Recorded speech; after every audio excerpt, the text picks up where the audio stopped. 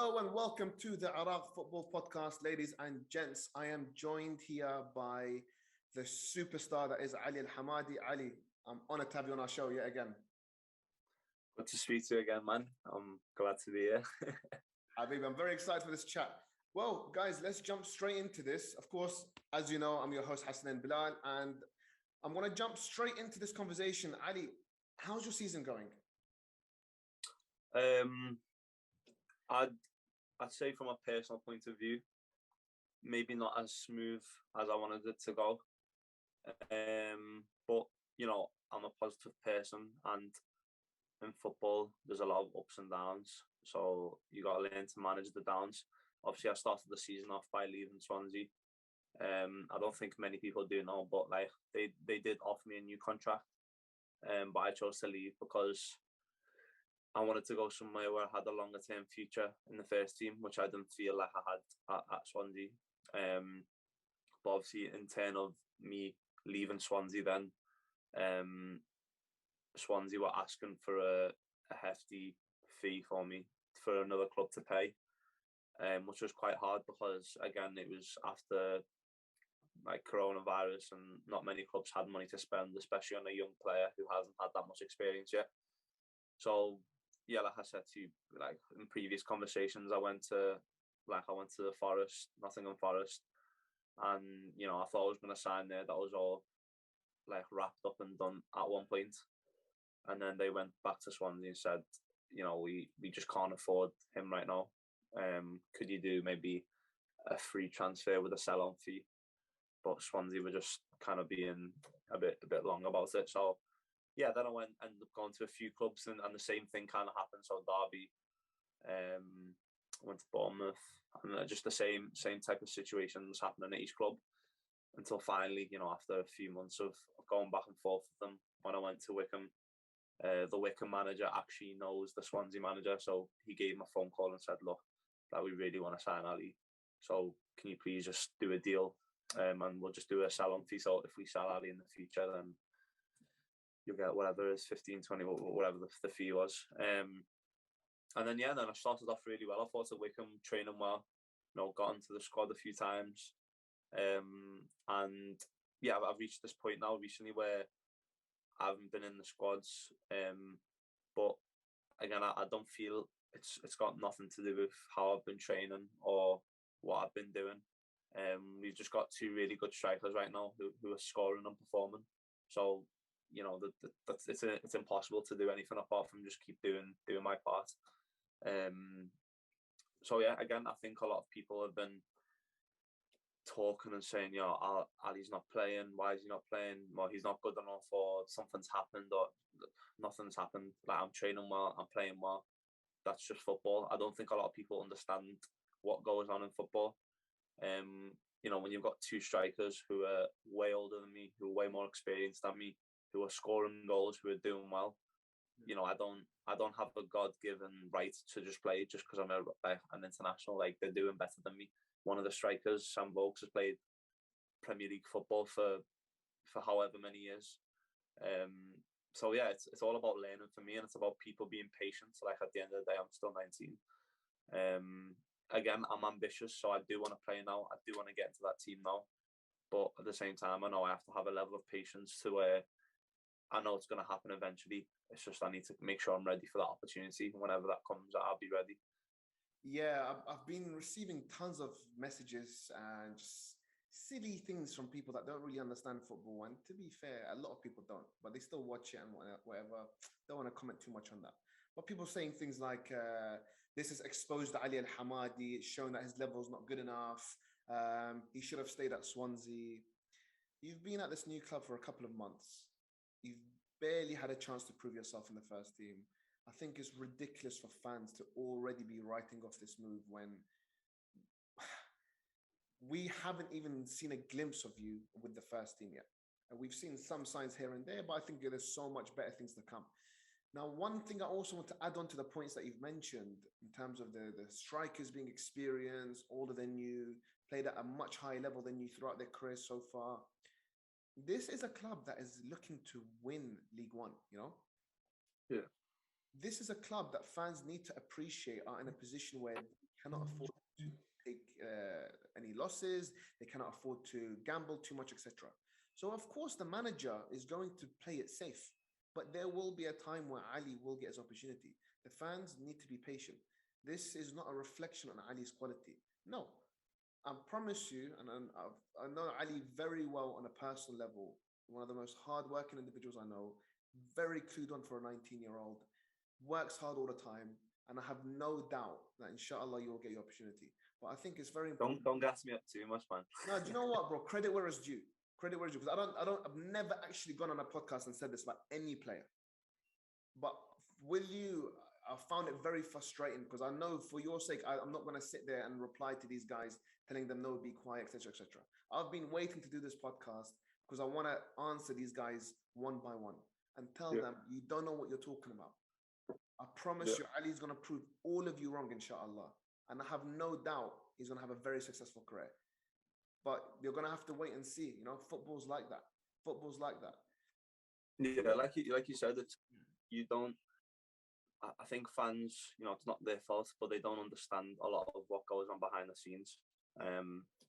So, like you said, we're a team right now that's pushing to get promoted back to the Championship. Our manager is always going to go with his experienced older players because he's not going to.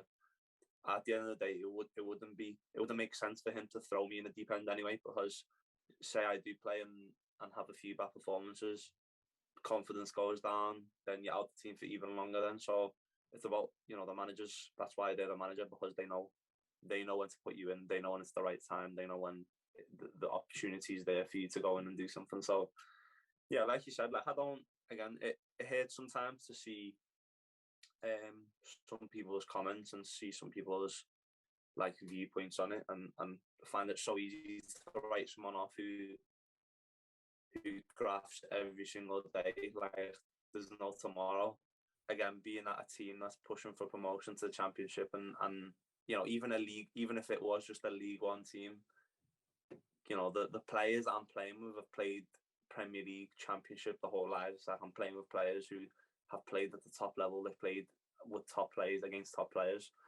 But again, I feel, like I said before, I think it's at the end of the day, people need something to get them views and likes and comments. So people nowadays will just say anything to do that. So again, like I've got no disrespect towards anyone.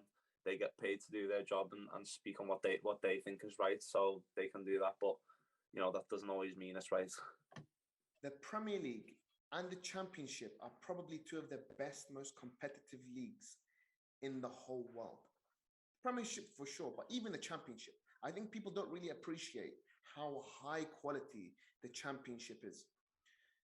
Now, League One, a lot of players in League One are maybe just below Championship quality. We're talking about fantastic quality football, fantastic facilities, very competitive games. There's a lot of very, very, very good Asian footballers that play in those leagues, and very technical players, very talented players. I think the difference you see over here in England is that just having talent and just having the skills and the technical ability won't get you far here. Like, you know, the fitness that's needed to play in the English league, the mental strength, the discipline, the you know, you have to take it like it's a completely different level. Like you're playing Saturday, Tuesday, you're playing away 5 hours, come back, freezing cold, horrible pitches. It's a completely different like kettle of fish. Like if you want to get to, or if you want to play here on anywhere in Europe, you need to have a level of self-discipline and a level of fitness and a level of taking care of yourself and your nutrition and your sleep and all that stuff. So yeah, that's it really about that. So no regrets in terms of you going to Wycombe, yeah? No, not at all. And like I said to you, I'm a very patient person. I'm the master of patience. So, you know, in 5-6 years, I'll come back to this and people will be swallowing the words. Inshallah. What would you say you've learned the most these last couple of months training with Wycombe? Like you came from Swansea. I remember seeing you at Swansea. How old were you? 17 when I first met you, and I came to watch you in your match. Yeah, You're a young kid. yeah, Now I see you as a yeah. full-grown man, mature, built bigger, stronger than ever, smarter than ever. What have you learned the most now at these last couple of months at Wycombe? In terms of football, I've learned that as a striker, um, when you're young, I think it's easy to play in youth football and score a lot of goals. And I think you can easily stand out because you're playing against defenders. Some of those defenders won't be playing football in 2 or 3 years because they're going to get released. And so I think the difference now with like first team football and like being in and around the first team environments is you learn that everybody is just as good as you. And you know, I'm not saying I still have belief in myself to say, look, I'm better than, I want to be the best in this team. I'm the best. But you realise that the playing field is a lot, you know, the gap's a lot shorter. So you're playing against centre backs that are just as quick as you. They're just as strong as you. They're just as smart as you. So then it becomes a level. It becomes like margins. It just becomes, you know, little details that will get you like a goal, or you know, the execution of like having a very good touch to get you a shot on goal. So it's everything's a lot faster. Everything's a lot more quality. The fitness levels, everybody's fit. Everyone takes care. You know, a lot of people think like, you know, they think, oh, these guys get paid so much, and like look at them, they're just enjoying their lives, and I think everyone sees, like, say someone like Cristiano Ronaldo, and everyone sees that as like that's how every footballer should be. But there's a lot of players who, I promise you, do the exact same stuff as him, but not to the extreme that he does it. So like most players, you know, at first team level, they're all taking care of their bodies, they're all investing in their bodies, they've all got a nutritionist, they're all on good sleep patterns. Like most players at first team level are doing that. So like I said, so then that even shortens the gap between the quality then, because everyone's doing the same thing. So then it's about who's a better footballer. So yeah, like, I've learned a lot, man, like a lot, and I'm still learning. And like I said, I've got like a Premier League striker in Sam Vokes who's done it at the highest level to learn from, and obviously Bale and Fenwa, who a lot of people know. So I've got a lot to learn, and like I said, it's all learning for me, especially this season.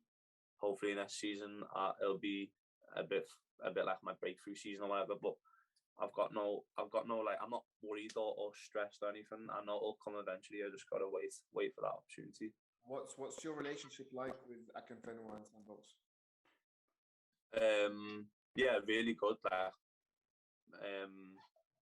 Like Bale obviously speaks to me. Like he's really like took me under his wing. Like he'll always give me advice. Like he'll always give me confidence. He'll say, like, you're good enough to play in this team. You're good enough to go to the next level. Like yeah, he just gives me confidence, and like he helps me in terms of the mental side, like about, you know, making sure I'm doing well in training and doing everything I can. So yeah, both of them really good at that, and they just always, you know, they always keep saying to me like, you're the next one through, basically. So when Bale hangs up his boots at the end of the season, or whatever happens, like hopefully then that's my spot in there. So yeah, no, they're really good. Like obviously it's competitive because you get at the end of the day, like I'm trying to grab these guys' shirts, but they're more than like helpful with me, and they're just humble people, nice people as well, which you don't get a lot in football, especially when you're competing for the same position. What about your relationship with the manager? How have you found working for him? How have you found like his role in terms of making sure you're going to be developing at the club in the long run? You're going to get opportunities, etc. What kind of things has he said to you? Yeah, like I said, I've got a good relationship with him as well. He's the same. He gives me a lot of confidence, gives me a lot of support. Like always tells me when I'm doing well, like you're doing well in training, like keep it up, like you'll get your opportunity soon. Like he's always saying stuff like that to me. So obviously I just trust what he says to me, and that's why I'm not really worried about anything, because you know, the manager himself has said to me that I will get my opportunity at some point. I just need to be ready for that. So yeah, like I said, he's top of me. Like he's brilliant. Like in terms of how he manages like the younger players at the club as well. Like he fills you with confidence. Like he's a positive guy. He won't really ever, he's not like a screamer or shouter. He won't scream or shout at anyone. He's always quite constructive with all of his criticism and stuff like that. So yeah, he's a top manager, and like I think it's somebody who hopefully will get the best out of me as well.